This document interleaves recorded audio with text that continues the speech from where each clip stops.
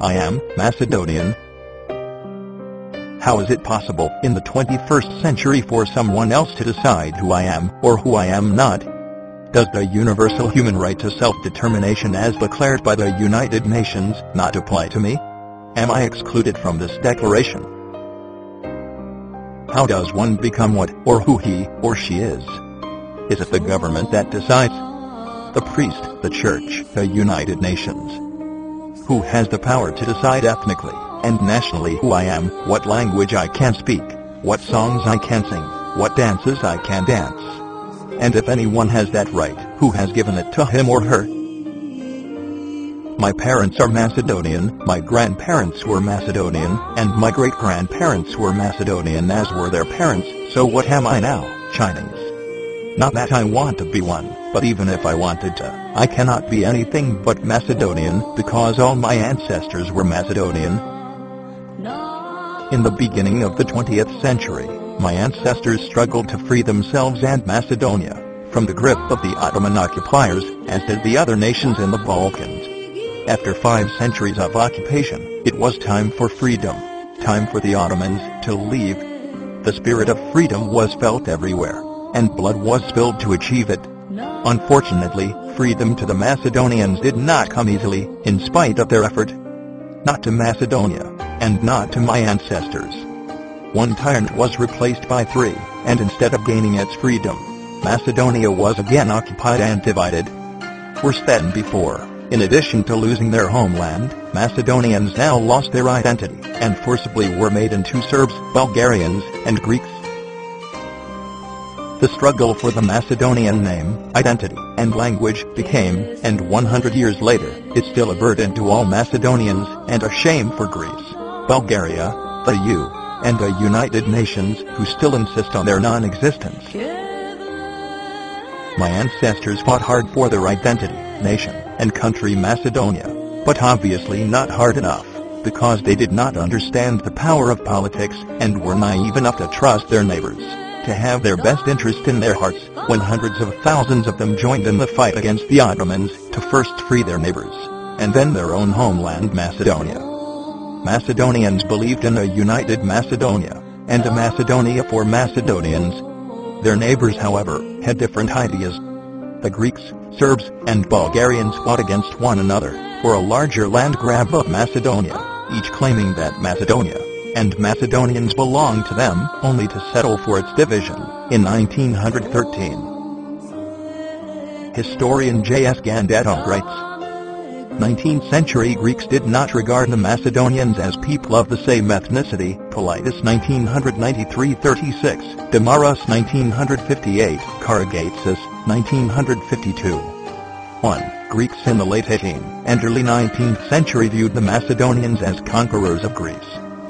Only after the Megali idea took root in Greece did the Greeks embark on providing and securing evidence for their new political vision. The great powers of the time, particularly England, France, and Russia, decided to condone Macedonia's division, in accordance with their interests, instead of relying on justice, democratic principles, or human rights. It was easy for them to offer the new Balkan states something that did not belong to them, instead of standing up for justice, decency, human rights, and democracy. This is the shame of Europe. Europeans made a great mistake in the 20th century, and Europeans must fix it now. Serbia, to its credit, begrudgingly, but nonetheless, gave back its 1913 portion of the spoils to the Macedonians, to whom it belongs. Bulgarians and Greeks are still holding on to more than 2/3 of Macedonia. All 3 committed ethnocide, and, yes, genocide, since they acquired Macedonian territories in 1913, but Greece and Bulgaria continue to do so to this day. Yes, even today Macedonians in Greece and Bulgaria are forbidden to use their language, sing their songs, and freely express their ethnic identity, even though both countries are members of the European Union. Both Greece and Bulgaria accuse Macedonians of stealing Greek and/or Bulgarian history, as both will do all they can in their power to exterminate the Macedonian name, language, and history. Both claim that there is no such thing as a Macedonian nation, language, customs, or history. What about me, my ancestors, my parents, grandparents, great-grandparents, and millions of other Macedonians worldwide? What are we? Are we a mass of unidentified humans? A new species that just appeared on this planet out of nowhere? What about all the songs that glorify Macedonia, Alexander, his father Philip II, King Samuel, Gotse Delshiv, Yane Sandansky? In fact, there are thousands of folk songs mentioning Macedonia, and the struggle for freedom from the Roman Empire, the Ottoman occupation, Macedonia's division of 1913, the Second World War, etc., which are neither of Greek or of Bulgarian creation. Macedonia is not even mentioned, let alone glorified, by Greece and Bulgaria. If Macedonia was Greek or Bulgarian, why did both consent to splitting it into 3 pieces in 1913? Why split what is yours? Only Macedonians were against splitting Macedonia, and only the Macedonians want it put back together. I don't hear any Greeks or Bulgarians wanting something back that they lost in 1913. They never lost anything, because one cannot lose something if one never had it. Both Greece and Bulgaria, since 1913, have changed the names of people and places to wipe out everything Macedonian. Greeks even went so far as to change the names of the dead by inscribing Greek names on the gravestones of the deceased and long-gone Macedonians. This is the shame of Europe.